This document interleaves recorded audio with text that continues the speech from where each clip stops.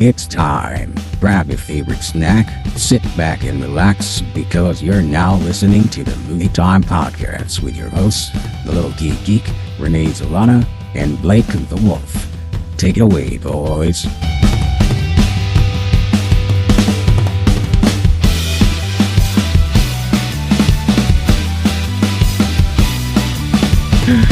Oh, what's up, everybody? Hey, look who's back. We got Movie Time back in the house. The movie bros are back in your faces and in your ears.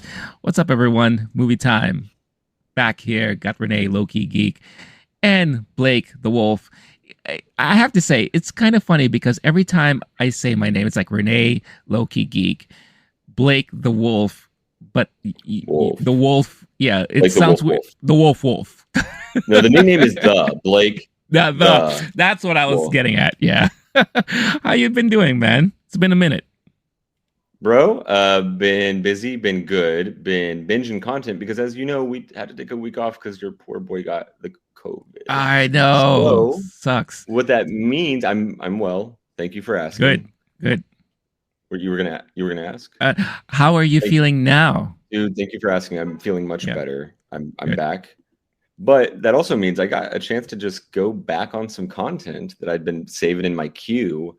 Nice. Sick days are the best days for that. Absolutely. Sometimes I just rewatch Ferris Bueller and Princess Bride for 5 straight days if I'm not feeling good. This time was different. I just went through all the old Criterion classic-y good stuff that had subtitles because that's my biggest weakness when I'm well is I'm multitasking.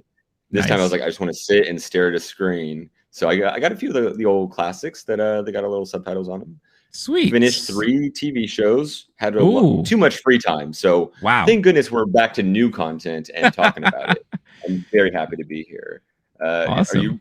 Are you ready to get into it? How have you been doing, man? What have you been up to? Oh yeah, I'm always ready to get into it, and I'm doing great. Well, it's funny because you mentioned Princess Bride and Ferris Bueller. I remember when in high school, every time I would cut class and I decided just to have a day to myself, Ferris Bueller was the movie I would watch. I would start the day off with watching Ferris Bueller because I had it on VHS. So I would just like pop that in, watch it. Yeah, I'm dating myself, VHS. And then... There's nothing wrong with dating yourself, Rene. There's no reason to be ashamed of dating yourself, first. Second of all, the only irony here is that Ferris Bueller would never watch Ferris Bueller's Day Off on Ferris Bueller's Day Off. You're not going to the Cubs game. You're not doing Twist and Shout in the parade. You're not going to the Chicago Museum of whatever. No. You're watching a movie at home and same, bro. Same. Yeah. That is why we do what we are doing right now because that's who we are as people. Exactly. Give me 3 free hours. I'm putting a movie on every time. Yeah. It's one of those things where it's that time you wish you had more of these days, because we have to be adults and shit now. So we have all these other things to do, but it's so nice just to have this free time out of nowhere. And she was like, you know what? I'm going to pop a movie in. I'm going to catch up on this show. So I feel like sick days, those are the days to enjoy in all that, bask in the glory of watching the content and all that. So I'm glad you're able to do that. I feel like I'm not glad you got COVID, but I'm just glad you got be able to watch stuff. Thank you for saying that. I thought okay. That's really nice of you to say that, honestly. Yes. I'm also not wishing it upon anyone, but if you get it, throw on some movies. You got time to kill. Drink those fluids. Even any sickness, or you're hungover, you don't feel it, you don't want to go out. Who said we have to be outside all summer? Let's have a summer of movies. Come on. Movie summer. Let's do it. Movie summer starts. This is Memorial Day weekend. This is Memorial Day weekend. Right now. Now. That's it. Summer movie season, baby. And speaking of summer movie season, I think now's a good time to kind of catch up on our little contest we have going on. So in case you guys don't know, we have this thing that we started this year for the first time. We call it the Summer Movie Blockbuster Draft, where Blake and we went through a whole drafting process to pick 10 movies, 10 each.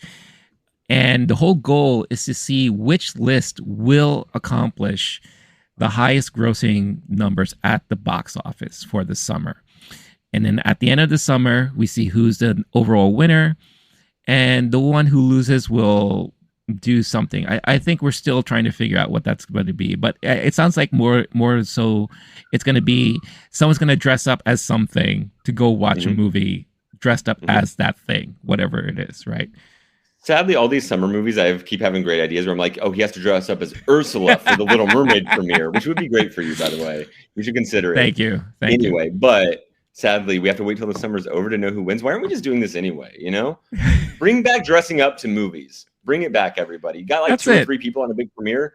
We need to see those theaters just decked out with the dumbest costumes. Please. Oh yeah, let's bring it back to the days of like the Star Wars re-releases, the Lord of the Rings showings, like when everyone decided to come in costume. I mean, those were the days. It was like going to a costume party and not having a costume if you didn't. Like even when I was phoning it in, last minute, Harry Potter, you had a scarf and glasses. Yeah, you do a little Sharpie lightning. That's it. Everyone in that line had that. Like, that ass almost to a like. Maybe 70-80% of people now, 2 or 3 weirdos. Yeah. No. Nerdom is back. Why aren't we acting like it? Come on. I have a feeling. Movie season, baby. Let's do it. Let's make it happen. And you know what? I think the perfect movie to do that to is Barbie. I would love to see people show up dressed up in like 80s gear, Barbie fashion, Ken fashion. That would be fantastic. They should totally do that for that movie. Well, I know when I go see that same weekend Oppenheimer, I'm going to definitely look like the bomb because I'm going to be cute as hell, baby. I might even have a fedora too. The bomb, son. You're going to look like the bomb. Bring that back. There you go. But yeah, so let's take a quick look at where we are standing wise with everything here. So Blake, I'm looking at your list first. And right now, because your list was definitely more heavy earlier in the timeline that we set up.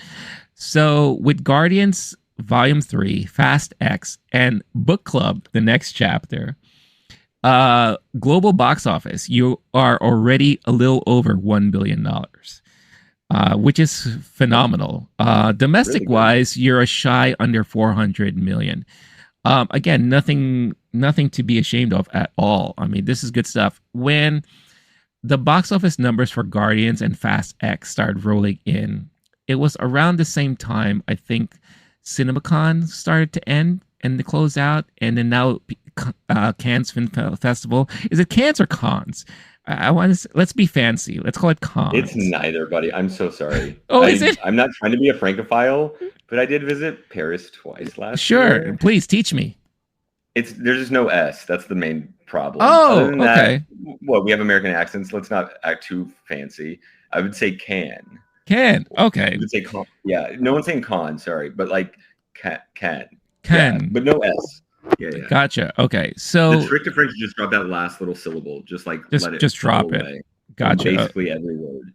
All right. So right now, I believe Cannes is closing out. That's a long festival. It's been going on for like 2 weeks now.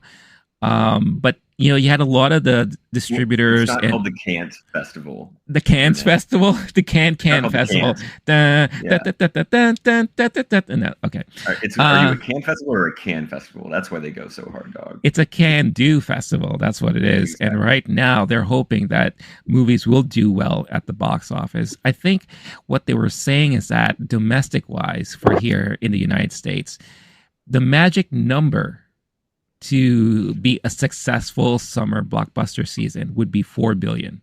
They're hoping that domestic wise, movies that come out will make at least $4 billion in total domestic box office. All movies together, all combined in order for it to be a successful summer blockbuster season. It feels low, right? Am I wrong? It feels low if you were to compare it to 2015, 2016. Sure. No. What I mean is, I think we're going to beat that number by a chunk. Am I misunderstanding? If you looked at the last 3 years, that would be a big no. That they never were able to hit. I mean, pandemic aside, even like in 2019, I think they were kind of suffering from that a little bit. I could be wrong, but it looks like there was a decline. Maybe Marvel movies helped support all that, but we're not getting any Marvel movie this summer, except with the exception of Guardians. Like that's the one big one there. But other than that, that's it. But yeah, they were saying like $4 billion would be the goal to try to accomplish for this summer, for it to be successful, and for it to look like the summer, the theater going experience or the theater box office is going back up. It's getting back to where it was before, at least in the ballpark. So at least right now, and we're only looking at 3 movies from what's out. You're already right under 400 million. Now, when you look at my list, I only have one movie that just came out recently, and that's The Little Mermaid, and it's at 38 million. Now, this is 38 million domestic. They don't have international numbers yet, so that's something that probably will come out next week. But they're predicting that Little Mermaid's going to do 120 million for this Memorial Day weekend. It's a holiday, so it's like a perfect 180 movie. on some numbers. These numbers are really, really nice. Yeah. Let me just do some quick math though. On the global box office, which is what we're doing, right? Yep. If you subtract 1,086,000,000 minus 300, I'm almost beating you by a billy. Wow. Oh, I believe it. No, I'm beating you by over a bill. Yeah. Yeah. $1 billion and 50 mil. Mm-hmm. Damn, man, getting your ass kicked. That said, you look at it. My 1 and 2 movies are both out, and your next your 1 through 3 are not. Also, my number 10 spot, Book Club, I was a little eager about that one. I was hoping for 100, and we're topping off looks like about 22. So maybe there'll be a real big resurgence around Book Club season in the fall, or the Scholastic Book Fair. I don't know. We'll see, maybe, but probably not 78 billion or million more dollars. We'll see. Right. Well, we'll see. We'll see. But I think for a movie like that, 22 million is not bad for them, right? That could not have cost a lot of money to make, unless they really flew everyone out to where are they going, Italy and all that. And the books are really the most expensive part of the budget for that movie. Yeah, for sure. But yeah, my list is more heavily geared towards, I think, July. I want to say like July is like is going to be ending up to be my big month with Mission Impossible, Barbie. In June we have The Flash and all that. So yeah. Our real head-to-head, when we'll know kind of where things are looking, will be the same as the 50 Cent Kanye beef. It'll be the Oppenheimer Barbie. Oh yeah. Head-to-head, which someone said they pushed Barbie. No, I didn't think so. It was an unreliable source, so good. Yeah. There was talk of it, or the person was theorizing something. Yeah, that head-to-head. After that weekend, we'll know a good amount. Because, am I wrong? I'm looking at it real quick. Yeah, you have Barb. I'm glad. We didn't strategize that, but we split those. We did. Us, so that'll be a fun weekend. That just happened. Yeah. Mm-hmm. And I'm probably going to see Oppenheimer twice, and probably going to see Barbie 6 times that weekend, just knowing myself. We'll see. But as a boy growing up at McDonald's, they'd ask, "Do you want a Hot Wheel or a Barbie?" And I said Barbie every single time. So nice. It's going to be summer movie season, baby. We're in it. We're in it. It's a lot of fun. It's exciting. You actually feel it. I feel like we feel it this time. Like last summer, we didn't really feel it that much. I think we were just excited because we could go to the theater more often last year.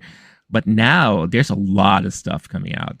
I just feel like some weeks we're going to have a hard time to watch everything and then do this show to talk about all this stuff. Because, we already kind of experienced that with, what was that one week where there was like 2 or 3 things that came out and we're like, okay, what are we talking about this week? Because there's a lot of shit that's came out. But hey, I'm not angry about it. I'm actually pretty excited about all that. Yeah, last year I think people have been trepidatious. Yeah. And now we're kind of at the season where we get to be a little more confident the way we move around in society, and a lot of the big predictions of our movie's never going to exist again type of stuff. Those headlines are taking a back seat. And now my gut on that $4 billion you recommended for the projections is that's a number that they do, which is a good sales technique. You go lower than what you should get. And that way you go, we blew it out of the water. We got 4.5 billion. Or movies are back, baby, and all that stuff. Wow, everyone invest in me right now. Right, I feel great. Exactly. Right. Yeah. But that said, I'm glad that we are in the movie season we're in. I'm looking more forward to this one than I have in a while. Same. I'm glad that we're doing it together, man. Yeah, man. I'm sorry that we had to become nemesis when I kick your ass by $1 billion in Memorial Day weekend. We shall see. I'm pretty sure there are going to be some surprises from the list that we have here. Thought it was going to be 100 million. I'm already shocked. Right. We're already in surprises. Yeah. Yeah. So we'll see. But it's a lot of fun. We still have a lot more weeks to go on this contest. So definitely stay tuned to see who comes out on top for sure. But speaking of like this list and this contest, one of the things on the list is Fast X. Now we haven't spoken in the last 2 weeks because of your condition, disease and all that. Yeah. Did you have a chance to see Fast X? So I went to see it for sure. Yeah. Okay. I definitely went to the theater to see Fast X. Okay. Mm-hmm. Yeah. How was it? Did you like it? Oh, the movie. You mean, well, so the first half was very fast. Some would say furious as well. No. Okay. I don't think anyone's saying that. I think they're saying it was a fast. And if you're asking me about the first half of the movie, I would say it was fine. It was exactly what you want. Mindless entertainment, nothing to be too, it was fine. It was there's some really bad CGI, some really what? You didn't watch the whole movie? No. All I'm saying is that the first half was entertaining for sure. And what happened to the second half? Oh, I got a text from a friend that invited me over. I went to the late showing, and I was like, "Well, I'm gonna go hang out with my friend instead, and I'm not gonna miss a fucking thing because this movie is garbage." Now, hear me out. Go for it. It was entertaining. I am not above mindless entertainment, but here's the thing about mindless entertainment: you can walk out of the theater and not feel bad about missing something. This isn't Christopher Nolan. This isn't like, oh, what happened? I missed the big reveal. I already know how the movie ends, and I haven't seen it, and I haven't looked up any articles. And honestly, what we could do is I tell you how the movie ends, and you go, yeah, man, that's pretty fucking correct. Let's do that. No one's died in these movies. We're not talking like, oh, I know exactly which character ends up in which back seat. Broad strokes, no one's ever died in these franchises, including the guy who's actually dead. He died, and they wrote him into a corner when they could have killed him. They know he's not coming back later. Why did you keep him alive? Because no one can die in these movies. That's the fucking rule. I don't know why. And now bad guys, you know what happens to them? They come back later as another version of the bad guy, like they did when they clipped old footage and then put it in this one like it was a Matrix 4. Insane. And then added new characters into the old footage. It's insane that they did that. Or it's the son or nephew of the said dead person that comes back for revenge, right? And then all hell breaks loose. Yep. But then the other thing that happens with bad guys in this franchise is they become your best friend and their moms start hanging out with you too. Absolutely. Or your enemy turns out to be your brother, and then he becomes the babysitter in Fast 10. That's My it. guess, I don't know. Tell me if I'm wrong, but we're going to start playing the guessing game. My guess is that at some point Channing Tatum does some real kick-ass stuff near the end. But wait, Channing Tatum? Channing Tatum wasn't in this movie. Okay, put them in a lineup. One of them's going to jail, and it might be the wrong one. No one fucking knows. That is awesome. That is awesome. Are you thinking of John Cena? Yeah, you already knew who I was thinking of because they look the fucking same. Not the first time I made that mistake. That's awesome. When they get approached by fans on the street, it's a coin flip whether they say Channing Tatum. Like, oh my god, I loved you in Magic Mike. Yeah, or Backstreet Boys. You were the third member. Like they just the same fucking look. That's awesome. I don't know this, but I have a feeling John Cena's from Florida. I'm just gonna look it up because I think he's from Massachusetts. How do you know that? That's a weird. Okay, I'm glad I didn't know that. That's a weird thing to know. Anyway, moving on. We can't spend all of our time on this. he comes back and helps fight at the last minute, right? I'm assuming he's not just sidelined as the uncle babysitter character, even though he was the big bad in the last one. Okay, I have to. So what was the last thing that you saw? Dude, it's all the same scene. The whole movie is just what it's a movie product. It's kind of like string cheese. It's like, oh, we took a thing that was a real thing and then we just put it in a blender, and then now you can just peel it off and be like, that's a good little explosion scene. Sure. This is a good little space scene. Yeah. Now there's a submarine going through a glacier with a bomb strapped to it. It's none of it's real. It's all the same bullshit. It's immaterial through and through. Is it fun and entertaining? Yes. I'm not trying to disparage. I had a great time for the first about hour and 10 minutes or so. Okay. Where honestly, I want to answer your question. I'm not trying to be silly. No. The idea of the last scene I saw. Everything does tend to meld together. And then sometimes when you think back on the franchise, you kind of forget what happened in what version, right? Because it seems like it's got to the point where anything goes, and it doesn't matter which movie you watched. It's like just batshit stuff happens, batshit action happens, and then some insane, crazy batshit storyline or plot detail like turns up and all that. You're right. No one ever dies. Everyone tends to meet their significant others or their family members, and then they all become friends afterwards. And then,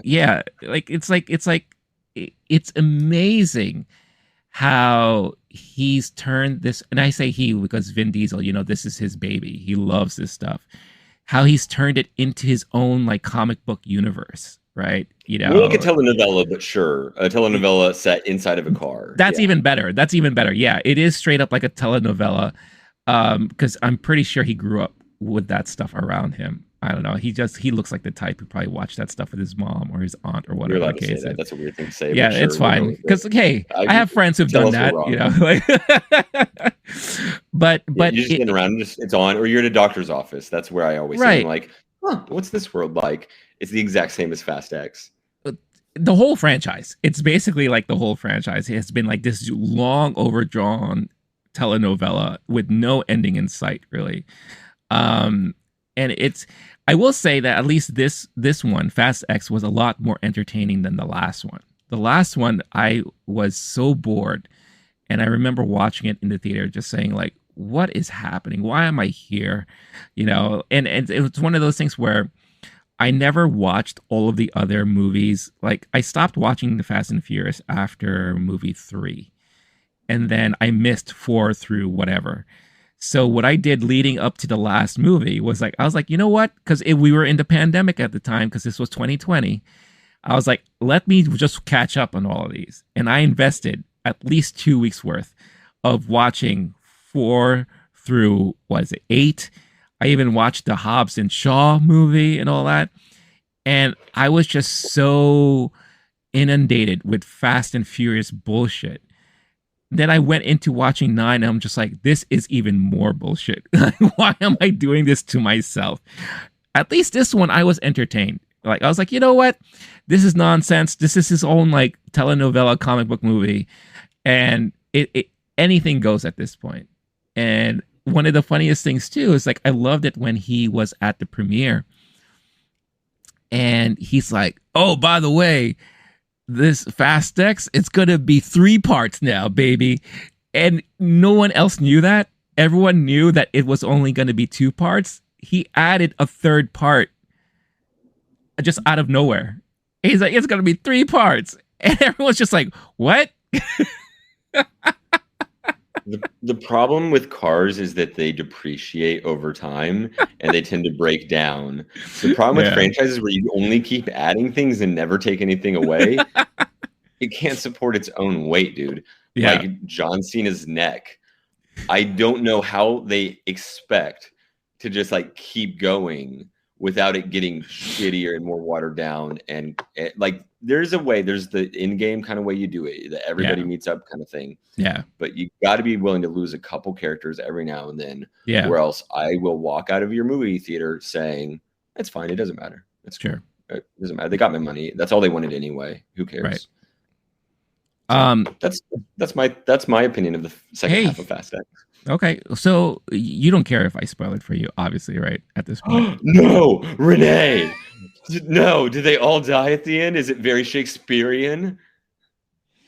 No, well, okay. I'll say this. It definitely reminded me of a lesser version of Infinity War or Infinity, let's since we're comparing it to comic book movies and all that. Oh, I did hear about this, the way it ends. Yeah. Yeah. Yeah, so basically what happens is that they're all racing to find his son, right? His son is like the son is the MacGuffin at this point, where, he's captured. Everyone's trying to help Dom get his son back and this and that. And at this point, we've already been reintroduced to a lot of people. John Cena's back, Jason Statham's back. Jason Statham's mommy, Helen Mirren. Helen Mirren's back. Rita Moreno, who I don't think was in a previous movie, but it's a blur. I think she was. I think she was in the last one, but who cares at this point? Yeah, I mean, she could have been in like a car blur. Yeah, going real fast. Exactly. Back. Charlize Theron is back again. Somehow weaseled her way back in there and all that. So everyone is helping each other. Had a little movie in a movie screenshot clip, whatever that's called. You're right. A flashback to Mr. Russell. Yeah, with Brie Larson being his daughter again. like wow, big revelation. We have the daughter of Kurt Russell, and then we have the sister of the Brazilian chick that Dom slept with that gave birth to his son and all that, so it's who's Statham's sister? That's something. Wait, I want to see a family tree of this franchise. I'm not even kidding. Like, it would be kind of funny because like John Cena is technically Diesel's brother or half brother or something. It's supposed to be a brother. Yeah. Okay. Yeah. And then like Jason Statham's sister, I think was very important 1 or 2 movies ago. I think so. Yeah. Helen Mirren's the mommy. Yep. And then there's just all these little versions of like this dude dated the dude's sister for one of the movies. Sure. And they all have these weird histories. Yeah. It's just it's so crazy at this point. But basically what happens is that Cena was the babysitter for the son, and he's like, being chased out, by these guys trying to everyone is working for Jason Momoa's character, who is the son of one of the baddies from, I think it was number 4 or 5, the movie where they did the stupid safe thing, where they were like, rescuing, driving around the streets with a safe behind the car or whatever. And what happens, and what you probably missed, and I'm assuming you missed this, is that John Cena actually sacrificed himself. So technically he died. John Cena sacrificed himself in order for John Cena or the character? The character. Okay, that makes more sense.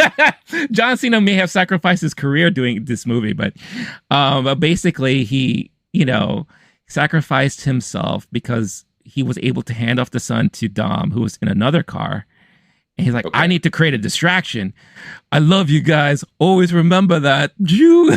Kind of drove into all the enemies chasing them and all that. So technically he blew up and died. His body, a lifeless Of course body. not. Of course not. No.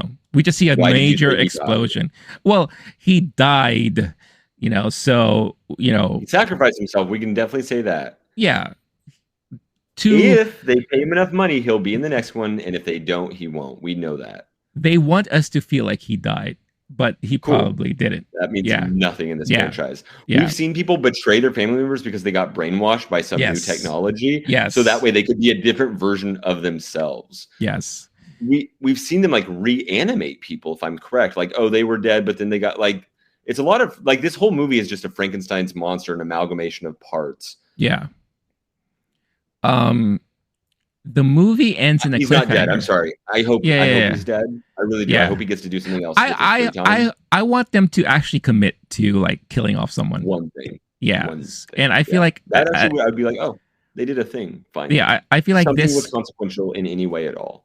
Absolutely. I feel like he should be the one to stay away, because he didn't really add any value to the movies at all, to be honest with you. You're saying they should let the son die? Is that what you're saying? No, I'm not. Well, the son, they need a purpose for the movie, right? They need a plot line. So they need the son there. Who, by the way, is still missing. That's how the movie ends. They ended on a cliffhanger where Jason Momoa still has the son. And Dom's at a loss, like, how am I gonna get him back? I need help. And we get a glimpse of Charlize Theron and Letty, who escaped whatever prison they were in. They are in the Arctic. And guess what shows up? That same fucking submarine you mentioned shows up. Fuck yeah. That's my favorite character in the franchise so far. It's also the best actor. But guess who was driving the submarine? Well, I actually really want to guess, but it will take it. There's no way out. Is it someone we've seen before? Oh, yeah. Franchise? Oh, yeah. Damn it. I was hoping to be somebody cool. Yeah, there's so many options, dude. It's a bad guy trying to kill them, right? No. It's a friend. Yeah. But are they now bad? I don't understand the submarine context here. Okay. Sorry. I missed the movie. I don't know if I told you that. Basically, Charlize Theron and Letty, they are semi-forming an alliance because they're trying to escape. So they're working together and all that. They need each other. The good bad guys become good guys every time. Right. Yep. All that stuff. And they need additional help to get the hell out of where they are because they're in the Arctic. How the hell did we get in the Arctic and all that? So the submarine shows up. Charlize Theron was made it known that she's been working with this person. That's how they found her there. And who pops out of the submarine? Gal Gadot. She's back, baby. She's back in the franchise all over. Oh yeah, she was. When? This was before she was famous. Yeah, this was the one that started her career. When she was in Fast and the Furious. She had the relationship. Yeah, she had the relationship with the Johnny guy, the Asian dude who likes eating the Cheetos and all that. Like they were like a thing. Yeah. Okay. Yeah. Sure. So she's back. That was any other actor who's never going to win an Oscar. I would believe you. Yeah. For what it's worth. But okay. Yeah. I'm looking at. Yeah. Great. Cool. Good for her. I'm glad she's getting more work. Yeah. Because God knows we probably will never see her as Wonder Woman again. I'll tell you that. So she's back. And then did you hear about the other cameo that was spoiled by Deadline leading up until the release of the movie? I'm so excited to learn who this is. So as a post-credit scene, The Rock shows up. And The Rock is going to be back in the next installment because Jason Momoa's character is messing up with everybody. Anyone who has any kind of ties and connections to Dom. So he sets up a trap for The Rock. And, The Rock kind of reveals himself. And he's like, oh, it's time to kick some ass. Or whatever the hell he says. And then that's basically the end of the movie. That's the end of all that shit. So it's so weird to end a real movie on a spoiler like that, or on a cliffhanger. It's happened before, right? But it's still very Fast 10 to do that. Yeah, to be like, it doesn't matter. We're just gonna wait maybe 2-3 years. Who knows? So that means Fast 12 is the one where Jason Momoa will be on their team and marry someone. Absolutely. Maybe he and Rita Moreno he and Helen Mirren would be fun for sure. Oh, that would be interesting. Yeah. That would be interesting. And then Jason Statham has to call him daddy or something like that. That'll be their little funny fight scene. You're not my real dad. I don't know. I'm just making shit up. That's Fast 12. Fast 23. Yeah, that's when Paul Walker actually comes back. Oh, that's when they're going to use an AI. They're going to bring. He's going to be full on AI. The dead body. Yeah, that or puppetry. I don't know at this point. Nothing. They're going to have Sean Gunn stand in the green suit, as they animate around him. Or the human suit. Nothing is sacred. No, not at all. But I will say, though, Jason Momoa looked like he had a lot of fun in this movie, right? I mean, he just was having the time of his life. He was playing his best kind of Joker type of villain, just creating chaos, laughing.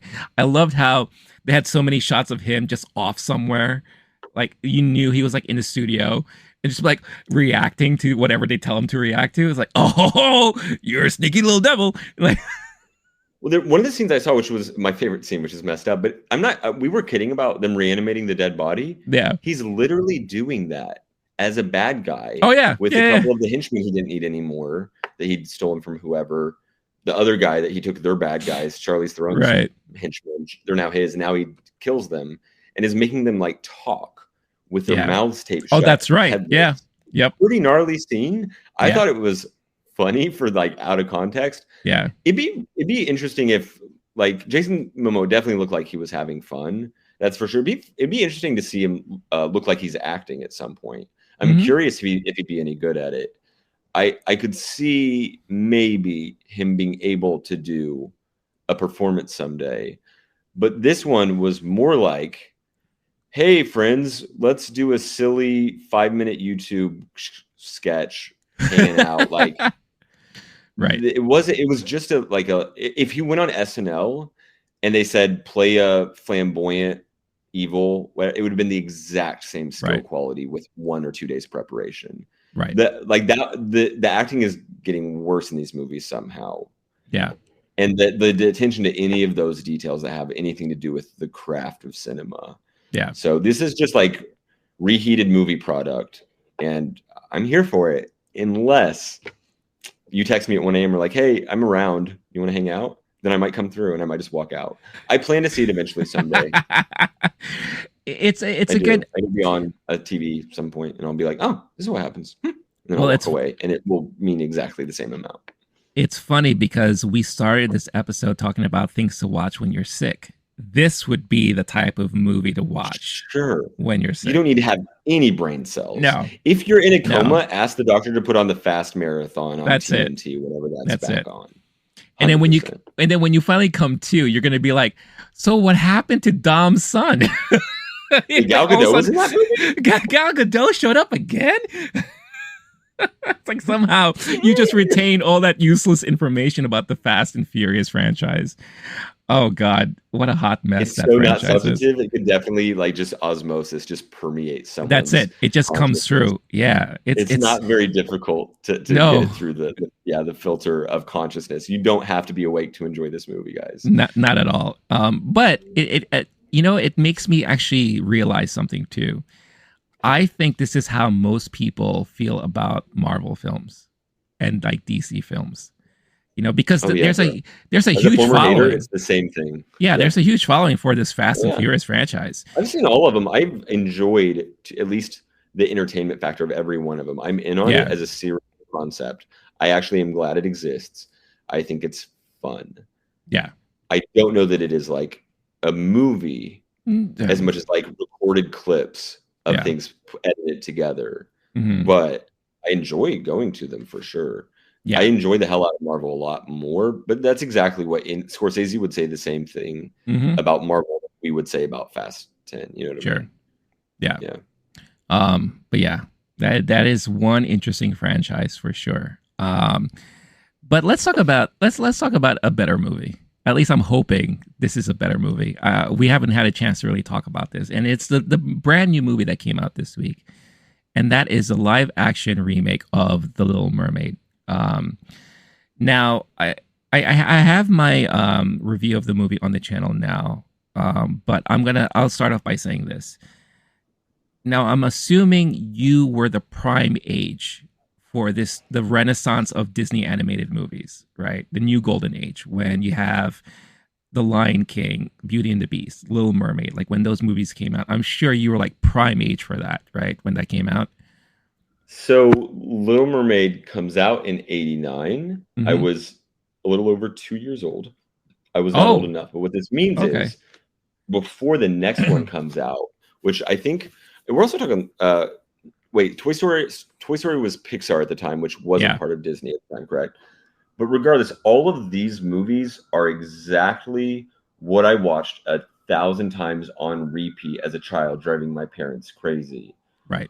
Little Mermaid would have been the first or one of the first. It's Aladdin, Lion King, and Little Mermaid are all ones where I was on VHS. It was on repeat. So I'm going to try to pull it up, but I didn't have any context for what Little Mermaid was. Is it actually good?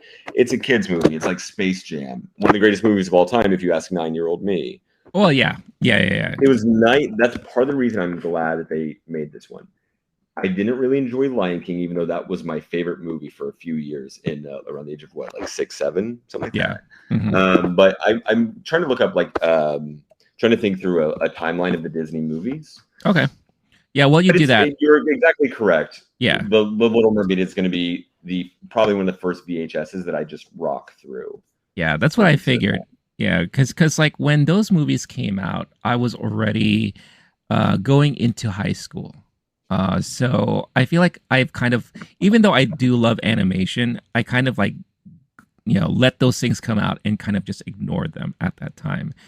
When I was like growing up, the Disney animated movies that I remember watching a lot were like Robin Hood, The Jungle Book, things like that. I remember watching The Jungle Book in the theater because I think they did like a re-release of the movie to celebrate an anniversary or something. And then a slew of Disney animated movies that really bombed at the box office. Like The Black Cauldron comes to mind, which almost bankrupt their animated division and kind of closed them up. And then when they came out with, I believe The Little Mermaid was the first one to start up their new renaissance of film. Yeah. Number one. I've got the list pulled up for what it's worth, but that's 89. And then we go Rescuers Down Under 90, Beauty and the Beast 91, Aladdin 92, Lion King 94, Pocahontas 95. Then this is where I start to age out. Pocahontas being the last one where I was like all in. Yeah. Hunchback of Notre Dame 96, Hercules 97, Mulan 98, Tarzan 99. That is a hell. Look at that run. Yeah. Bro, now I'm aging out Hunchback, but I'm seeing it. Hercules, Mulan, Tarzan. I'm seeing all of those. I'm 12 when that ends, and I'm 2 when it starts. So for a whole decade, Jesus, they are just hitting home runs left and right, and every now and then it's a double or a triple. Right. But those movies, and what's weird too is like I'm 2, 3, 4, 5 when the first few come out. But I remember owning the VHS and watching it so many times. Every word of Aladdin is in my head. Yeah. When I rewatch the live action remakes, I'm like able to know if they changed lyrics. It was so ingrained in me from birth almost. So yeah, Little Mermaid. Also, which we can get into this in a little bit, but Little Mermaid was my first ever crush of any kind whatsoever. And it's not weird that she's a mermaid or animated at all. No, we all had it. Yeah. Sure. I was hanging out with friends the other day. We did who was your first animated crush? That's a good one. That a little bit later. So get your answer ready. Okay. But yeah, this is the era we're talking about with the Disney Renaissance. Yeah. I figured that as much. Again, very different from my experience. So the first time I watched the animated Little Mermaid, I was actually visiting my brother because my niece at the time was that age where she was in love with all of these movies. And she had a VHS copy and she wanted to watch it one night. So I did. And I remember thinking that it was, enjoyable. But I think at the time I was just not, maybe that was just not the movie I really wanted to watch. I kind of just watched it because she wanted to. How old are you at this point? I believe I was, it was after it came out. 14. I was 14. Yeah. So you were too old for it to be cool. Yeah. And to just love that movie. I guess. Yeah. That's how I feel about some of the ones that came right after, like in Atlantis or something like that. Right. And then when I'm going to my brother's house, like for niece nephew time, whatever, we're talking like this is how I see Cars and Frozen. Is you got a kid in the family and you're like sitting there and they've watched the same movie all week and you just see one of those showings. Yeah. So again, not really that into it. And I don't believe I ever watched it since that time, but I remember it. I remember a lot of, and I've seen a lot of clips too, because, there's all, everyone knows the top songs, Under the Sea, Kiss the Girl, Part of the World, Under the Sea. Everyone knows that. My, you keep talking, boy. Kiss the Girl. Gonna sing the song. Such good songs, right? And I think that's one of the things that really stuck with me the whole time was how good those songs were. And it's understandable why they won what they did at the Oscars of that time. So when they started doing these live action remakes and all that, I think everyone, and I said this also in my review, I think everyone was going to be very curious how they were going to treat this era of Disney, because I think for the generation they're trying to hit now, these are now the parents of the younger kids that they want to start attracting, right? So I'm pretty sure a lot of the parents showed these movies to their kids.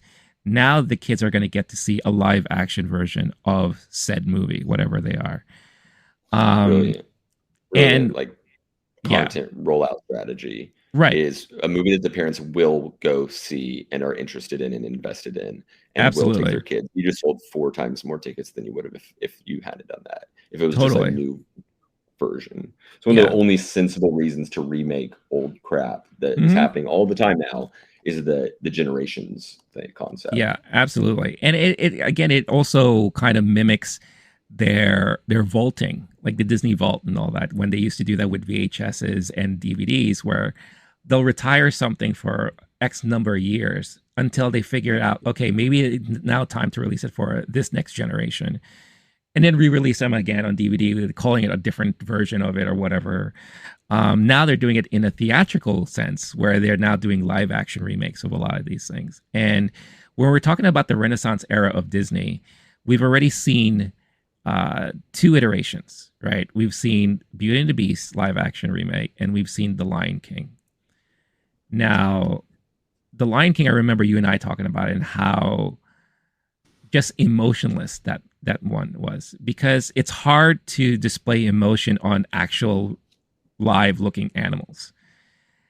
And then Beauty and the Beast, I felt, was also very shallow. Like, I don't think Emma Watson was a good cast for that.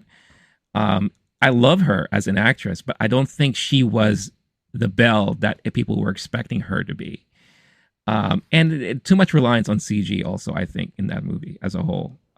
So you have already 2 kind of negative strikes on them. So when this was going to come out, I something told me, like, they have to try to hit it. They have to nail it somehow, because they don't have a great track record so far. Then we got the teasers, right? And the teaser showed Halle Bailey singing "Part of Your World."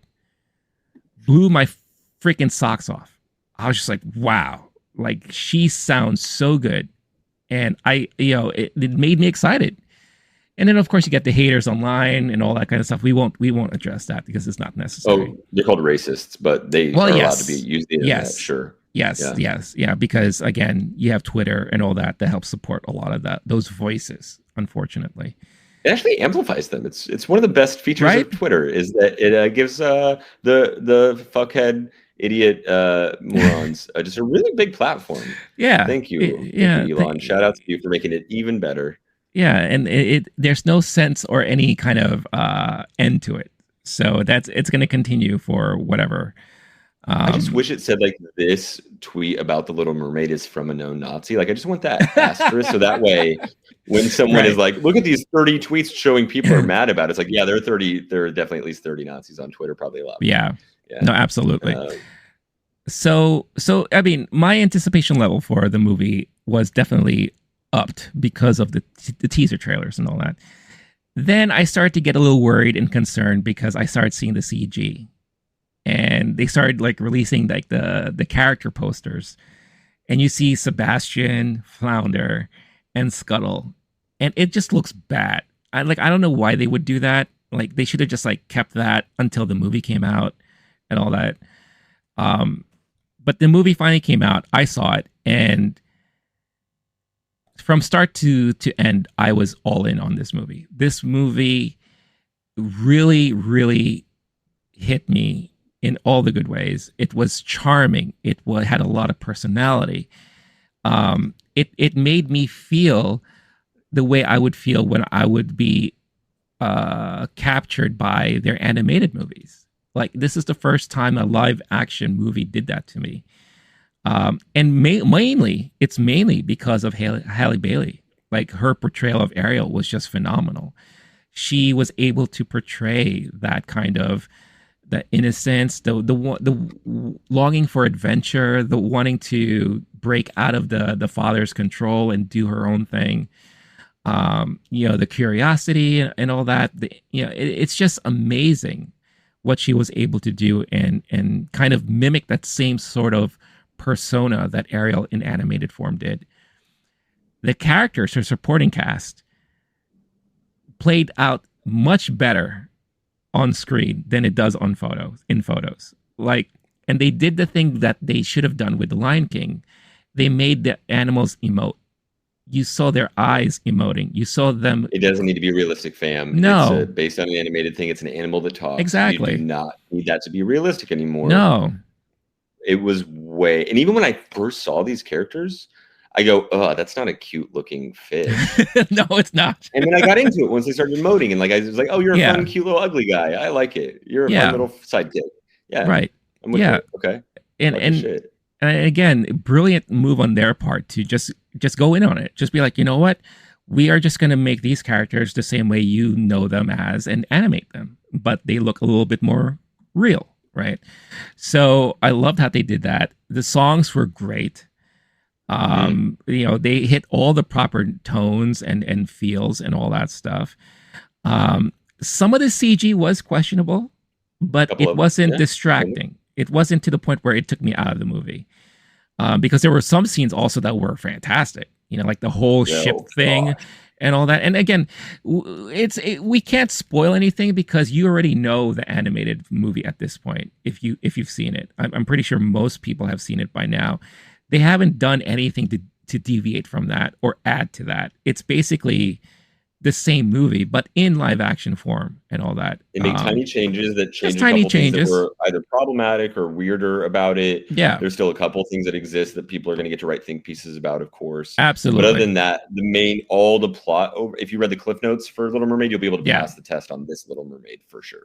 No, absolutely. The portrayal of Prince Eric, I thought was well done. It didn't seem hokey to me. It didn't seem like forced or anything. That's the riskiest character in a way, where it's just like the human who's not. He's just a hunky kind of bro-y, dumb prince boy, like nepotism kid. Like he doesn't have a ton to work with on personality, looks. He's got 2 legs the whole time, right? Yeah, And yeah, that would have been one of the ones where if that flopped and there's no chemistry, the movie doesn't really work. That's one of the riskiest casting things that they had there. Worked. Yeah. I was taken by him. I was like, oh, this is a prince. I get it. I was shocked on how bought in I was on their chemistry. Like I believe their chemistry 1000%. Yeah. You know, and it surprised the hell out of me. Yes. Oh my, looks like the boy my God. Too shy. Go on and kiss the girl.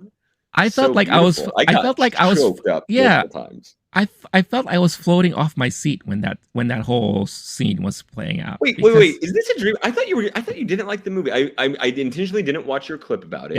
Yeah. Did you play me when I told you don't tell me what you think, and then you said something like, hell yeah! Oh hell yeah! You bastard! Yeah. Look at I love this movie. And a friend who's been surprised.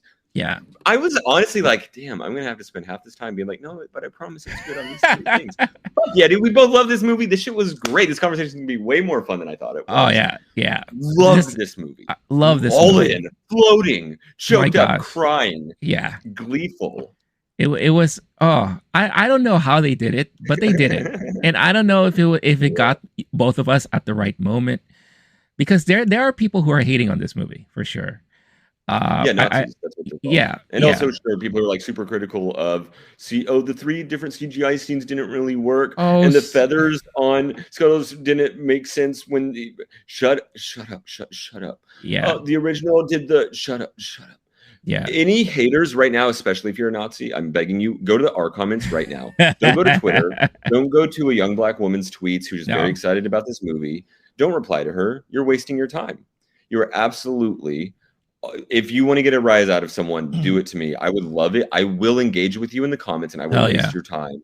And you will waste mine, and we can just do that. Because, like, what are you doing out there, bros? If you're mad about any of that stuff of this movie, come to our comment section. I will love to have a conversation with you.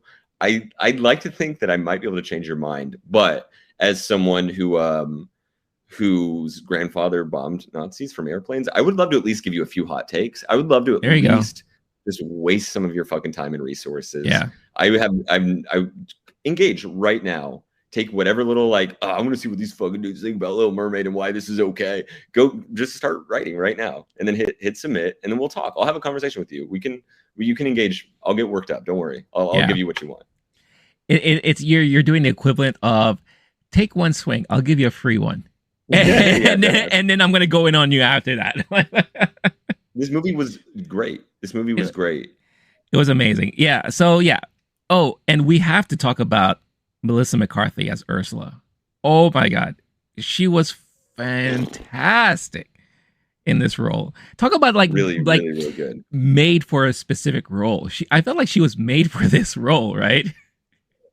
Yeah, so the original Ursula is a very iconic Disney character, one of the most iconic villains, and it's a weird character. It's a tentacly bad guy, humanish, whatever we're calling it. Not a mermaid.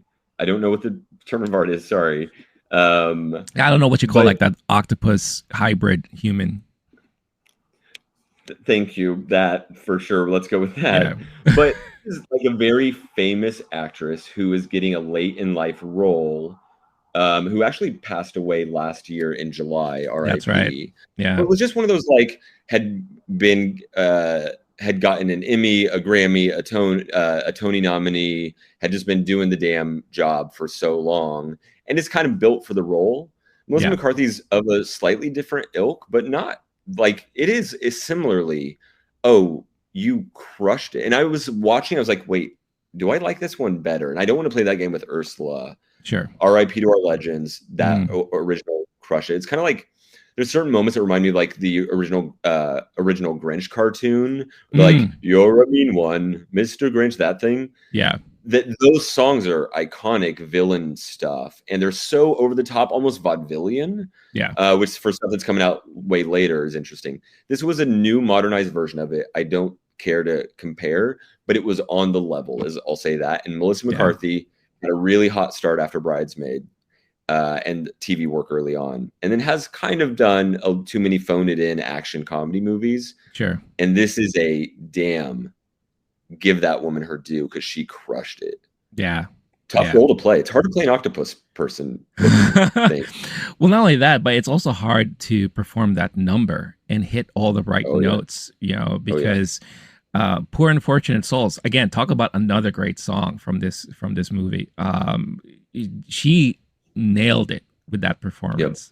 And the one thing I also mentioned was the way she portrayed the character, where it's kind of like sultry and teasy and kind of like, flirty in a way, but she has all the bad intentions and all. It's just such a well done performance. I think across the board, everyone did an amazing job. We can name, I was going to make a list of like, here's the best ones, the cast through and through, the amount of responsibility they were given, the amount of lines they had, they did that exact, like shout them out for doing that and hitting that. That's been one of the problems is some of these live action remakes is casting stuff. And like, we don't even have to get into the Aladdin of it all. Like that is very well documented what's gone wrong there. Lion King, there's a couple people where it's like they're a celebrity and so they get a role and they weren't necessarily like perfect timing, perfect place for the role. This one, I would like to think Disney is learning from old mistakes. Lion King, they learned you need to animate the animals. Makes total sense looking back. There's like the Sonic the Hedgehog thing where like people can learn in real time. Oh, we need to make these things not look like things that will give people nightmares. Cats is another like a bad lesson learned. It's almost like over time, what can happen with any art form is folks will say, oh, we do this and not that and that and not this. And now they get the formula right. And for a formula pumping machine like Disney, you might need a good 10 years of floppiness and like a couple things that do like they've all made money. When we were doing old summer blockbuster look lists, I don't like top 10. Beauty and the Beast being a 1.2 billion movie is wild to me. To me, John, I'm sure most of that was international too. I guarantee you, most of that was international. These are movies that should, in theory, do very well, except countries that are run by Nazis and other weird issues like that. But other than that, these are very translatable movies. With a fish who talks, we all know what fish are.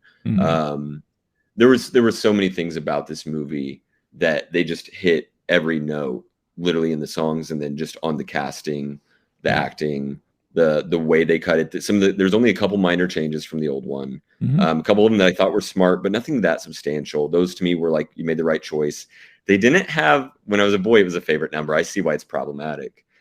The scene where Sebastian is being murdered by a chef who wants to serve him as food. Oh, that number's missing. And I see why. Yeah. Looking back, it's a tough one to pull when it's like, especially when it's a real live thing and not a silly cartoon. Where it's like, this is a thing with a soul, with eyes that are looking at me. Yeah. That isn't just a cartoon. It's and you know, PETA. I'm sure they didn't want to deal with that. It's too silly of a song. It's just in the kitchen. It's happening for no great reason. Does it advance the plot? I remember thinking it was so entertaining. Yeah. What a number. But they got rid of that. They get rid of another song. They add a couple songs. Overall, hits. I don't know if you have any other big takes you want to take. I don't know if you want to talk about audience experience. I know that you might have an opinion about one of the new songs.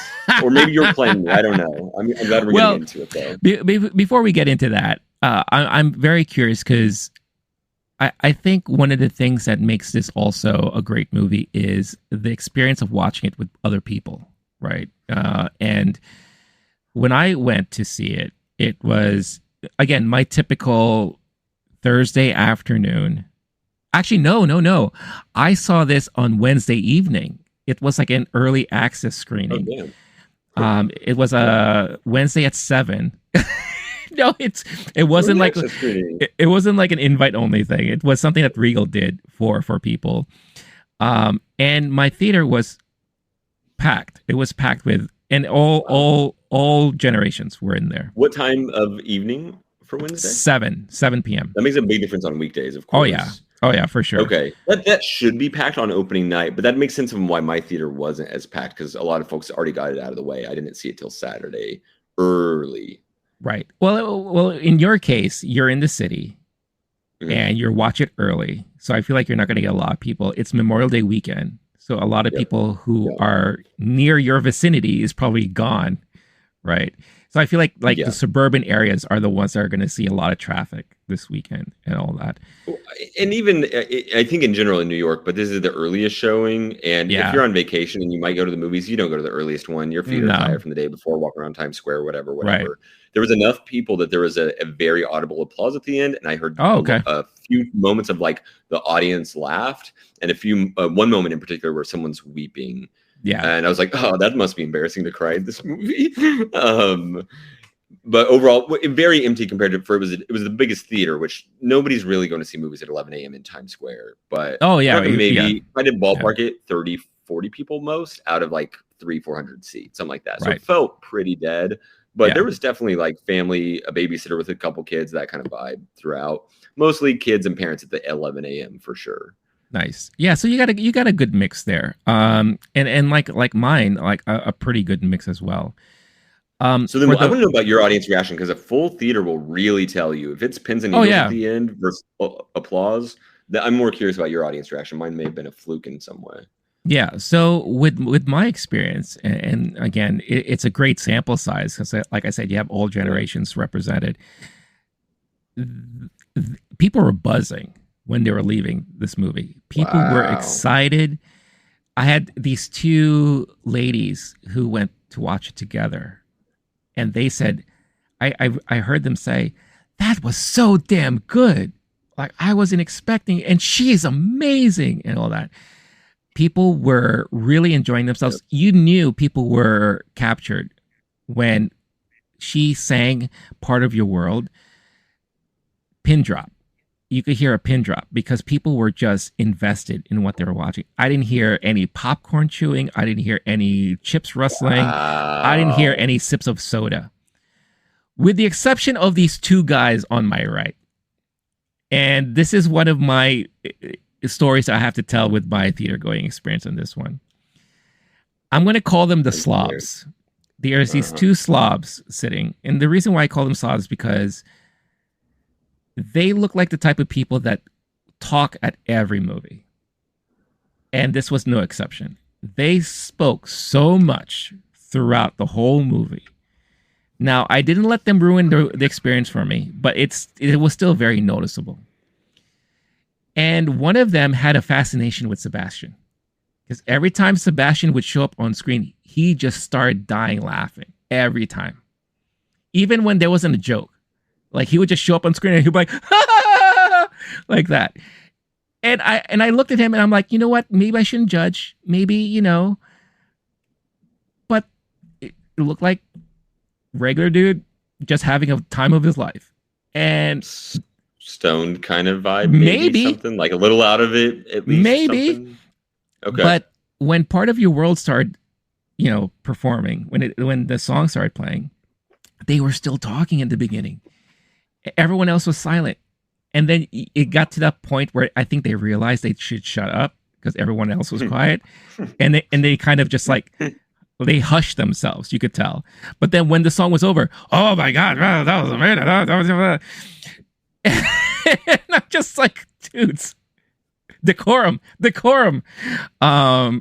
was just really bad. And it even got to the point, and this leads into, I guess, my major criticism of the movie. Sorry, I want to hear you go off. I lost a headphone. Give me 1 second. Okay, yeah. Real quick, but go off. I also be able to hear you in the other one. So, I referenced my criticism of the movie to the Miranda effect. That's what I call it, and that is anytime I hear Lin-Manuel Miranda's influence on anything, and that is the rapping, the observational rapping, the Hamilton rapping. I love In the Heights. I love Hamilton. I think Lin-Manuel is extremely talented. But I think he's just a little bit all over the place. And I know Disney hired him a long time ago to kind of head up their music and soundtrack department. And if you look at the credits for this film, he helped producer. And he helped add additional lyrics to a lot of the songs. He also produced like new songs. This one song in particular, the big rap. Scuttlebutt. It's gonna be a new hot song on Hot 97 and all the radio stations that the kids will listen to for sure. That's great. I could care less. I was just like, I was rolling my eyes so hard when that started playing out. And you hear Awkwafina rapping, and then she's rapping along with Daveed Diggs and Sebastian, and they're going back and forth and doing their thing and all that. And I'm just like, oh God, let's not. I was like his fingertips and mitts are on a lot of stuff. And we don't talk about Bruno. We don't talk about Lin-Manuel. Oh yeah. There's the hot Moana song with Jermaine. Oh my gosh. Yeah. It's shiny objects. The big crab guy who collects shiny things. Yeah. You'll find it.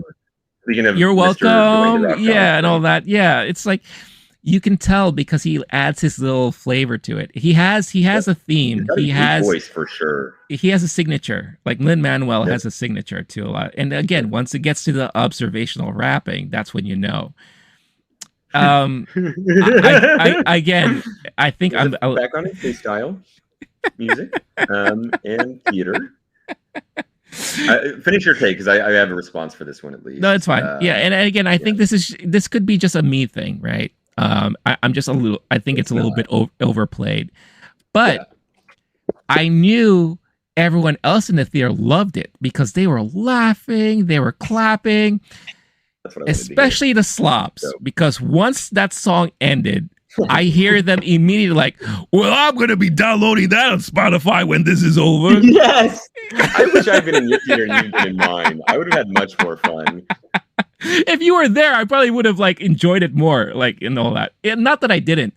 And like I said, they didn't take away my enjoyment of the film. It's just an additional commentary that I didn't think I was paying for that I got. Yeah, the not director's commentary right next to you live in person, the little Mystery Science Theater version with zero value add. Huh? That's the thing. For a minute, I thought they were doing a podcast because that's how much they were talking. And I looked over to see if they were recording themselves, and they weren't. I'm like, oh my God, maybe they should think about doing that. Invite them on. I'd love to hear other opinions on why Sebastian is so funny. I thought it was cute. So funny. I'm now at an age, I know we keep doing this, here's advice for audience. Sure. I'm at an age where I don't have enough fucks to give. And if someone wants to fight me because I asked them to not talk during a movie, go for it. I will take the punch. Uh-huh. I don't care anymore. And I'm getting to a point, I've seen it happen to my brother around the same age. I've seen it happen to other folks. You just get to that age where you go, I'm going to start saying things. Yeah. I'm going to start saying things instead of just eating it and suffering. Now, the fact you like the movie so much and you had someone ruining it next to you is amazing. That shows how fucking good this movie is, that it's unimpeachably good. Yeah. Well, you already know my what was that? My story with the Lady Gaga thing for my favorite. I tell people that when we talk about like movie expectations and I didn't like it, but also my theater, the movie cut out for 5 minutes at the most important part. Like, maybe that's why you didn't like. Maybe that's why it was hard to follow how they got to the ending. The credits came out of nowhere. Or whatever. It was too bright. Or having their flashlight on me the entire movie. Or having the two ladies next to me singing every Lady Gaga song that popped up. Yeah, like how could anyone not enjoy a movie like that? I love that. These sound fun. Why are you complaining, dude? You're getting that free extra. I want to make a vow right here, right now, and you don't have to come along with me, but you should. Let's start saying things. And I've seen people do it in a bad way, because I think the fear is, I'm going to start a fight. But then you get worked up and you boil and you're like, I got to say, shut the hell up, kid. And then it gets crazy. Just, I know someone close to me, they do it and they just go, hey, I'm sorry, but I can hear you. If you don't mind, thank you. And they're just like the politest, calm early on, starts before you get, ugh. And I think I got to start doing that when it starts to happen, and the person can know, this isn't the experience for me, or they can fight, they can go to whatever. But at the end of the day, often that will solve the problem. The only risk is the person who goes, well, now I'm going to talk more, I'm going to yell. Exactly. Right. If you get that, which it has, I've seen it happen like one time. Yeah. I've seen people stop someone from talking in the movie 100, and it'll do like a screw you, old man, like that. You'll get that. Sure. That'll be a response. That'll happen maybe half the time. It's very rare you get the one where the person actively makes it worse for everyone else. Right, That's so rare. I'll take the risk. I'm tired of movies being ruined because someone doesn't know. And then there's going to be exceptions, right? Depending on the audience member, try to gauge it out. Sure. Yeah. You never know. There was one time I was like going to say something, and then the person next to me was like, because I couldn't hear what they were saying. I just heard shh, shh, shh. It was because a family member didn't understand the language of the movie. And so they weren't asking everything, but they just kept being like, here's what's happening. Here's what you missed. You need to know that for the movie. Right. And I was like, that's actually, I'm okay. Yeah. We're at least in a world where we're both all trying to enjoy the movie, not actively trying to ruin the movie for other people. So anyway, that's rant over. Thank you. Let me get off my little soapbox. It's okay. No, that was my own little rant right there. Again, for if they happen to be listening somehow, the two slobs, just to remind you guys, you were sitting on row E, seats 4 and 3 at the Regal in Astoria, Queens. Those were your seats at the 7 p.m. showing on a Wednesday night. So, oh my gosh, he just doxed himself. Everybody, write that down. Also, they love movie commentary, so maybe they are listening. Yeah. So again, you know what? When people talk about movies, this is an invite. I want you guys to be on, so we could figure out why do you love talking through movies. Yeah. But how was your experience? Watching it in the theater you went to. 11 a.m. Times Square. I'm not going to dox myself and tell you which one. There's 2. So good luck, everyone, finding me at Times Square movies. The theater's mostly empty. I was expecting that. I was thinking Little Mermaid, though I wasn't sure. This could be 11 a.m. Saturday. Everyone takes the kids to the movie at that time. Mm-hmm. It's been a while since I've done a movie this early. I was in a nice little daze to where I was like, yep, pretty tired. Walking through Times Square at a time I'll never hear. And then going to the theater, I was like 1 minute late. Sat down, easy experience overall. For the first time in a long time, I haven't done popcorn because I'm not doing popcorn for breakfast. But otherwise, every other movie I've talked about, I do popcorn. You're missing out. You're missing out. Popcorn for breakfast is the breakfast. bomb. No. I'm just kidding. Of course, I have to have at least one real thing in my body before I put butterballs. Hey, that's what she said.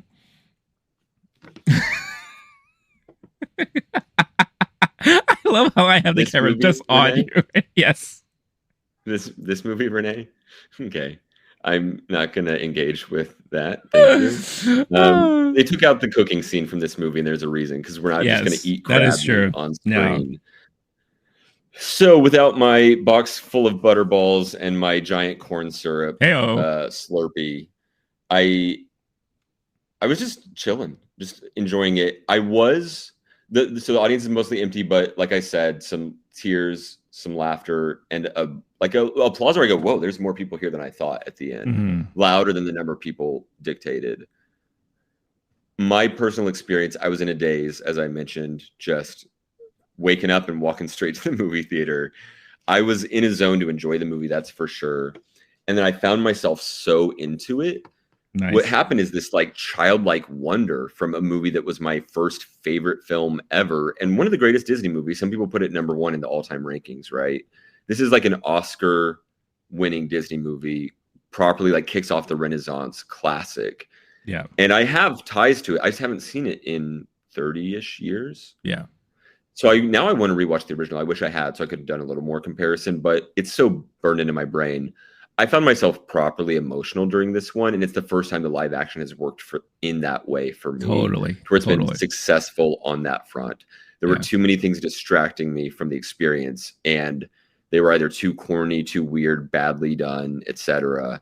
This one, they hit all the notes in a way that it actually amplified and echoed the original rather than watering it down. And that was a nice experience to have. I found myself so overwhelmed by the love story, the experience of being in this movie, of really loving it. Like, this happens over time, but one of the last times I remember being so visually, I want to be there in a movie was like Avatar, the original one. It's happened a few times since, and I'm not saying it's the most novel thing, but it was special in that regard. There's some underwater scenes with a phosphorescent sure fish and creatures and turtles that can dance in a really cool, fun way. Yeah. The seahorses. The mushroom dancing, guys, those are so cute. Oh, yeah. And it was great at that.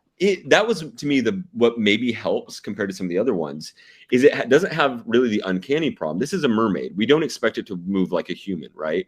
Yeah. We don't expect her to move like a human.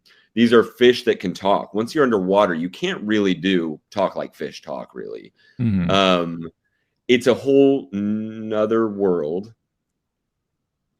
Aladdin should have been better, man. Anyway, it was a whole nother world. It should have been. I wish I could be a part of her world. It was so fucking cool, visually stunning. And I found myself just essentially like the movie kind of glossed over me. Yeah. Glossed. It was, by the end, I was like, wait, that's it. I'm literally going to go see it maybe today, maybe tomorrow, but I'm going to just go see it again because I had such a fucking nice time. Plus, there's other elements. I'm not going to do full theorizing at any point during this episode, but like we're talking about like coming of age, freedom narrative, independence, really beautiful stories there. We're talking about like interracial relationships, dating in ways like people around the globe could get like a dating outside of your caste system or dating interracially in the South, etc. Like being out of your league, definitely. Eric has no business being with this woman based on looks, but that's just me. Maybe I could see maybe why she likes him. A lot of things like losing your voice, being disempowered. Yes. Wanting legs and not having them. There's a disability narrative happening all throughout this one.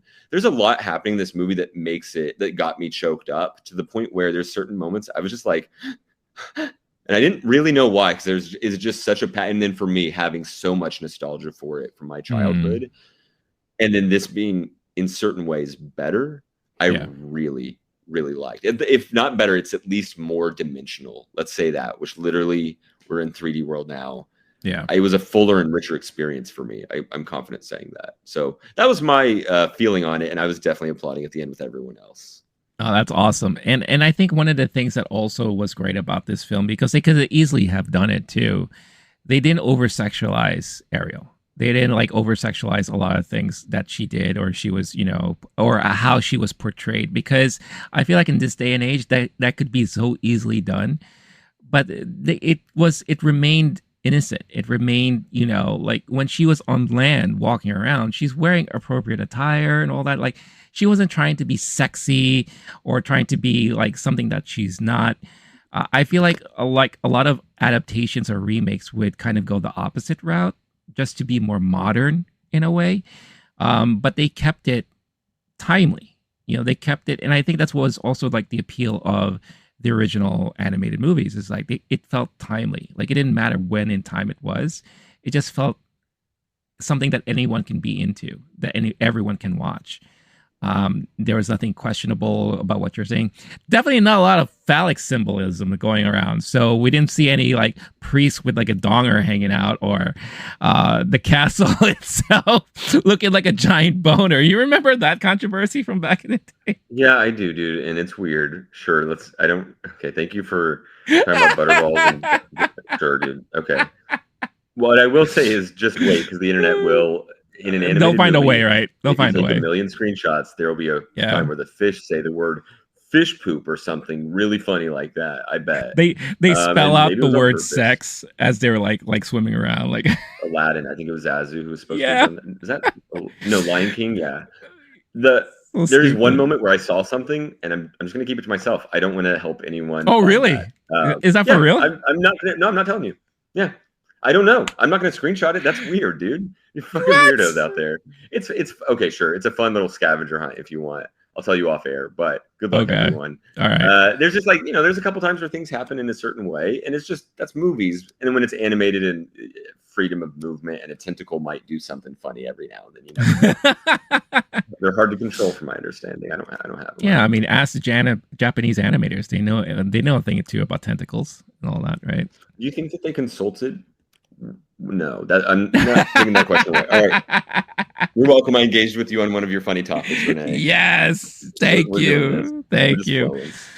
But yeah, I there isn't enough to be said about this movie, because it was just so enjoyable. And I really do hope people give it a shot, because I know a lot of people when I did my trailer reaction on this movie, I got comments of people saying, and these were like, not about so much about race and stuff. It was just about how could they do this to my favorite, movie of all time? Like, how could they ruin it this way? And I try to engage with them. I'm like, how can you judge that by not even seeing it yet? Like, it hasn't even come out yet. No. Are you talking about like the trailer? The trailer reactions, yeah. I mean, do comment, please. Spend all your weird negative energy. My honest theory on some of those, and I'm not saying for your videos, is that it's either like bots or Nazi weirdo, freaky, say weird shit online, get a rise out of people, jobs. And that they literally just say things because they go, oh, if I say they shouldn't have cast her, then they'll know what I'm thinking. And it's like a way to just like get the Rotten Tomatoes score down, or like the negative perception. What we saw with like a movie like RRR, there's such a rabid fan base for that movie, which I loved seeing. Oh, the funnest we've ever had is folks just like hyping it. And what you saw, our gut was, these people are not watching all of our videos. They're not commenting on them all. They just go RRR, search, add comment, and they're just doing that for all the RRR videos. Right. I know it's true, and I don't know if it's true for your video in particular. I know people are just throwing rocks at Sisu. Well, that's a word you don't really come across every day, but for some reason, they're trying to hit something, and they're just going to go around YouTube all day, Google Little Mermaid. I don't like this, and they're gonna act like they even like them. Like, oh, I love the original one, and now they just made a couple changes and they ruined it. If you don't say why they ruined it, I'm gonna assume you're racist. Heads up, fam. Give a reason. I'm not saying that you are. I'm gonna say I'm assuming you are. If you don't give a reason, if you just go that they didn't cast the person that I imagined it to be. Fuck out of here. These notes she hit. Unbelievable. When she does Part of the World, she does a moment where I don't recall it being in the original. Maybe it was, but she jumps the register a whole octave. And it was Whitney Houston, dude. Like the notes were, you shouldn't be hitting that note in a pop song notes. She crushed these numbers. And the ones that are easier to sing, she crushed them and acted her butt off. Her facial expressions were winning every time. Yeah. When she's sad, when she's longing, when she can't speak and she's so expressive. I've never taken this person seriously as an actress before because they haven't made movies that are in my wheelhouse. Maybe there's an exception that I can't think of, but this may have been my first time really watching them perform. We're talking like properly great acting for a lead in one of these Disney live action remakes. Bravo on that casting choice. And if someone wants to tell me they cast the wrong person, give me the list of people you're casting instead who are hitting those notes, just as good at acting, just as expressive, just as winning on all the fronts, plus able to handle red carpet pressure, takes after takes. This is like an industry professional. And they're 23. Like, Throw out Rachel Zegler. Sure, cool, good, great job. That's another name. You're still going to be mad about it, Nazis. Get the fuck out of here. Give me some names. Right. Like in the comment section, if you're mad saying you don't like how they ruined Ariel, give me some names. Give me some reasons. Otherwise, you're probably a piece of shit. This movie was sick, and she objectively did a great job at her craft. And through the casting, Javier Bardem, everyone did. Awkwafina, I have a couple things about, but like I don't even really want to get into. I don't want to get into the stuff. Oh, I kind of want to hear that, to be honest with you. Sure. But before you get into that, I will say, if you didn't know who Halle Bailey was, you're definitely going to know her now. And she has a fantastic year this year because not only did she do this, but she's going to be in The Color Purple too, which is based off of the musical, not based off of the movie. So I think a lot of people are going to be singing her praises after seeing these two movies. But I found the comment that this person made on my trailer reaction. So it's funny how they're, and I feel like also in addition to what you just said. But I'm so sorry. Oh, yeah. No, she is. She's just a little further down the cast, maybe? Because she plays the younger version. She plays the kid version of one of the two main characters. Yeah. Wow. Okay. Yeah. That's it's going to be big. It's going to be big. The young Natty Harris. Wow. Yeah. Okay. It's going to be big. But and like I was going to say, in addition to what you said about people who comment on stuff, I also feel like people just search for things and then they decide to just comment on whatever they want to comment on. And I feel like this is the case here because their username is Mermaiden, which I think is really hilarious. And they said, this Little Mermaid remake is a disaster and Disney deserves it. And when was the comment? What date was that? 2 months ago. Interesting. Maybe they got an early copy because they're such a big fan of the original. Maybe they're on the special. Yeah, I'm sure that this person has a very well-informed opinion 2 months before the movie was able to be watched by Mermaiden. Fuck out of here now. They work for Warner Brothers. By the name Mermaiden. Yeah. I love this shit, dude. What codename Mermaiden? We're gonna take them down, guys, from the inside. Oh yeah. What a disaster of a franchise. They'll never know that I haven't seen the movie yet. 2 months ago, dumbass. Mermaid, if you're a decent person who just happened to not like that they took out one of your songs, I'm sorry. Maybe. But maybe tell us why, or else people will assume. Just heads I'd love to hear. I tried alert work. Don't think you're a Nazi. Just heads up.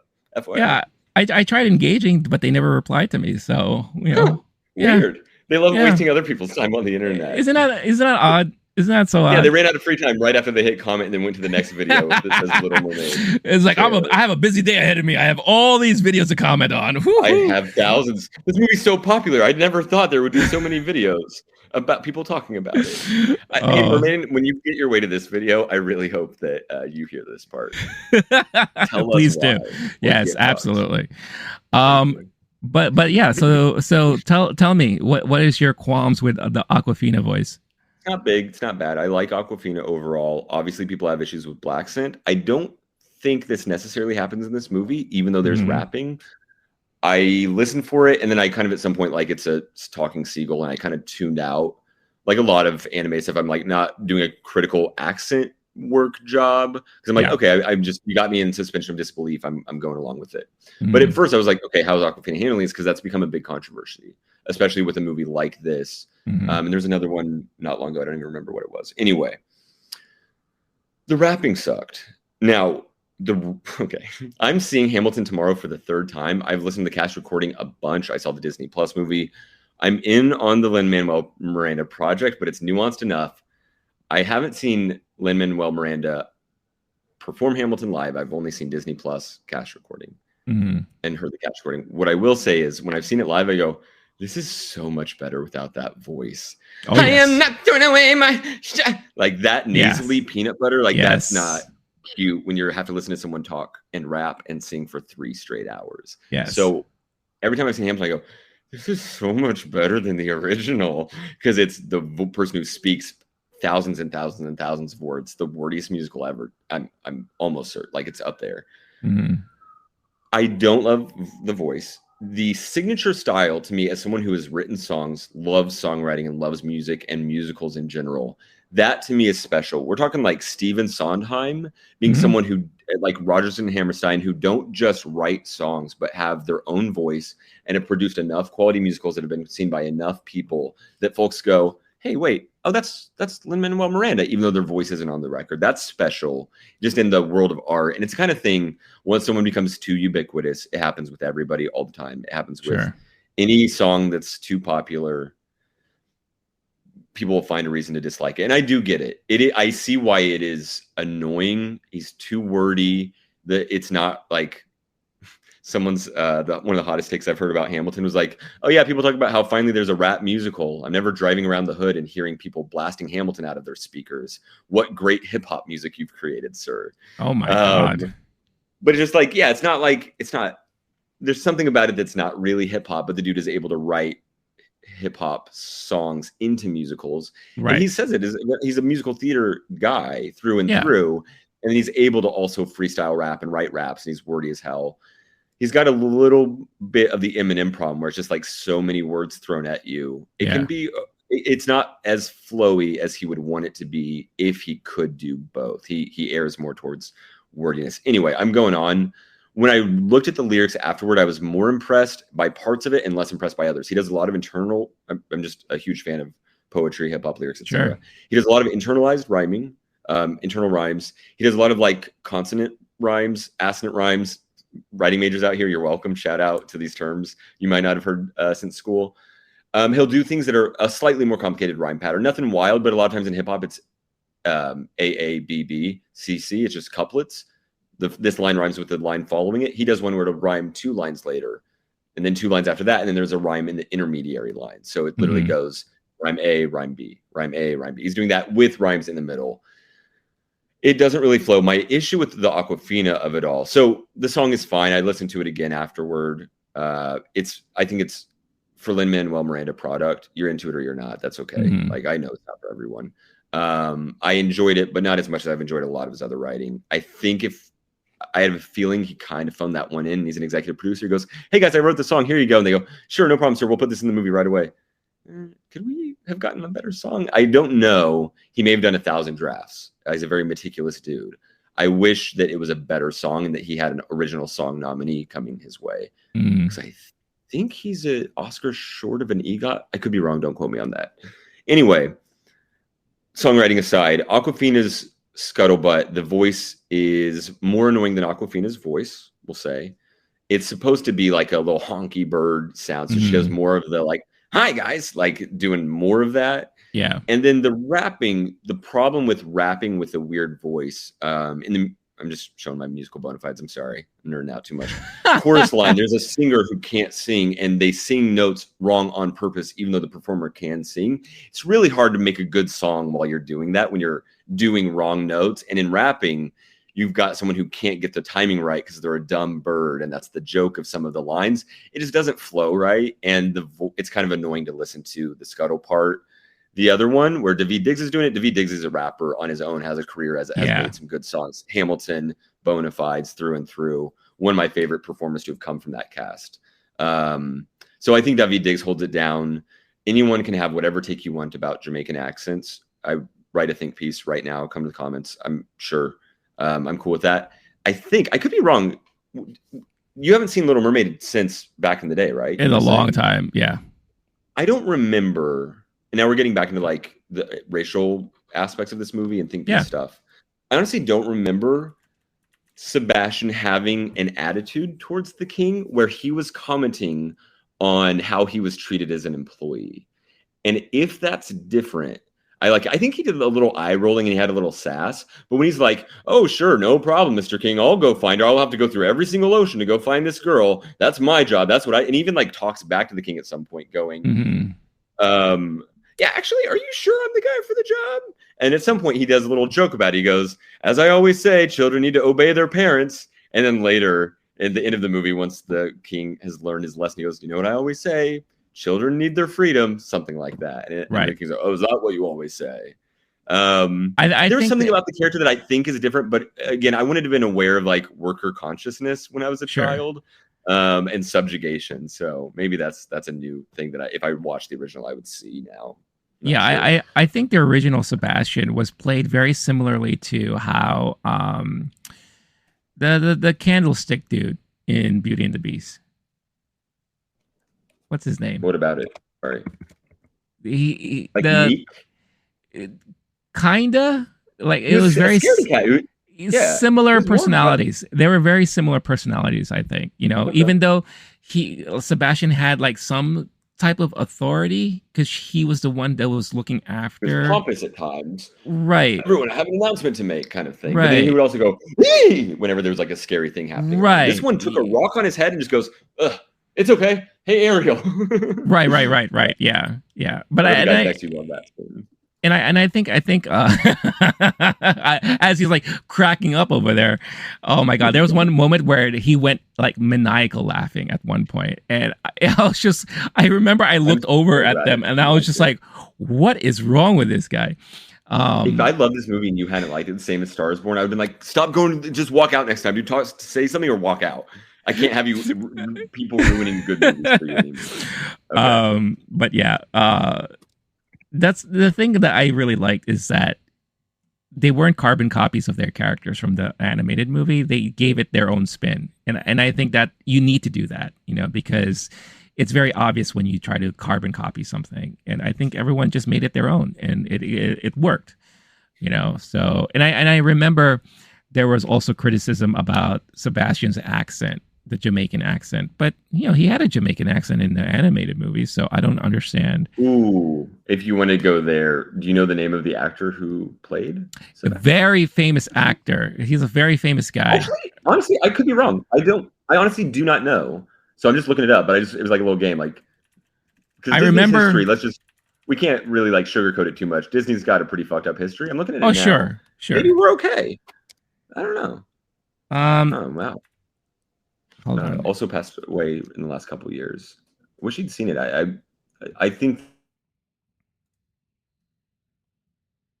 Oh no. Oh, you're back. Okay. Did I cut off? I'm sorry. I think it's okay. I think you cut out a little bit, but let's see. Is Samuel Wright? Is that who it is? Yeah. And is an African American actor. Yeah. From South Carolina. I think Divi Diggs is going to be in a similar character. I'm not sure about like ancestry or anything, but the little knowledge I have about him is from Oakland for what it's worth. But people feel free to do your think pieces if you're worked up about it. I'm not going to tell someone that someone shouldn't be using a certain accent to make a character. Like you can have that opinion. Nazis, on the other hand, get the fuck out of here. Oh no, yeah. Go to our comment section real quick. But did speaking of original cast, did you see the Jodie Benson cameo? No. Yeah, she was in the movie. Jodie Benson is the original voice of Ariel from the anime. Yeah, she was in the movie. She was in the marketplace when Ariel was going around, and she gave sweet. Ariel was it a necklace or something? Oh, that was Jodie Benson. She handed her the baton, if you will. Right, another metaphor for that. Yeah, you give them the jewel. That's so beautiful. It was very cute. It was a very cute moment. I'm sure a lot of people didn't realize it, but I recognized it right away. I was like, "Oh my god, that's her! That's amazing!" So I don't know. Is there anything else to say about this movie? I mean, we loved it. What did you rate it on Letterboxd?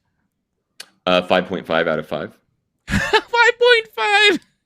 You broke the and I made one exception for one. Yeah, I learned to hack. I loved it so much. Nice. I gave it a 4. It's so up there. I'm going like top 150 movies of all time. Is when I really love something this much, I just add it to that list, and I consider later like, where does it fall? How serious? But I know it's in that list. I've been doing this a while, watching movies. For your year, 3,000 movies. It's up there. For your year so far. Is this top 3 for you? Well, that's top a weird 5? fucking thing to say that I loved Little Mermaid that fucking much. No, it's not. So, if you want, I'm not going to do an actual full out list, but I do have my Letterboxd in front of me, and I already know the answer to this because around Oscar time I just went through them. I might be missing a couple things I forgot about, but like January, nothing good really happened then. No. So we're gonna go. Inside, Willem Dafoe. I'm just doing the 5 or 6 best ones. Inside, Willem Dafoe, John Wick 4, How to Blow Up a Pipeline, Beau is Afraid, Sisu. I'm not putting Renfield on the list, even though I liked it. And now this movie, and then the other one I saw, which I didn't do when we did our little recap, Sanctuary, the new movie with Christopher Abbott and Margaret Qualley. I watched a Q&A where Jack Antonoff, the music producer extraordinaire, Taylor Swift, was in the band Fun Tonight We Are Young guy. He led the Q&A and had one of the actors and the director. He had Margaret Qualley and the director. Oh, that's cool. Q&A afterward. Saw early. That was an amazing experience to where it might be like a Blake favorite #1 movie, but at the end of the year, I probably won't put it like, oh, it's the best movie. I don't know that I'll say that, but I loved it. It was also just kind of made for me in a couple ways. So I don't know if I recommend it to everybody, but that's currently that Beau is Afraid are probably going to be the top spot. This is right now, I'll say 3 or 4 spot. Let's put it there. Maybe definitely 5 if you throw in a John Wick 4 kind of thing. But sure. Yeah, not at all. I'll be rooting for this movie. I'll be rooting for Scuttlebutt at Oscar season, and it won't get nominated. I'm sure of it. There'll be a little too much chowder out there. Heyo, Scuttlebutt about the Scuttlebutt. But I'm rooting for this movie hardcore, and I know I'm going to see it a couple more times for sure. Yeah, I think so. There are very few movies I saw this year that I felt like I wanted to see again. The first one I felt I wanted to see again immediately was Guardians of the Galaxy Volume 3. So that's still on my list of I want to rewatch that, and I would put this there for sure. It did make me feel like I wanted to watch the original animated film again.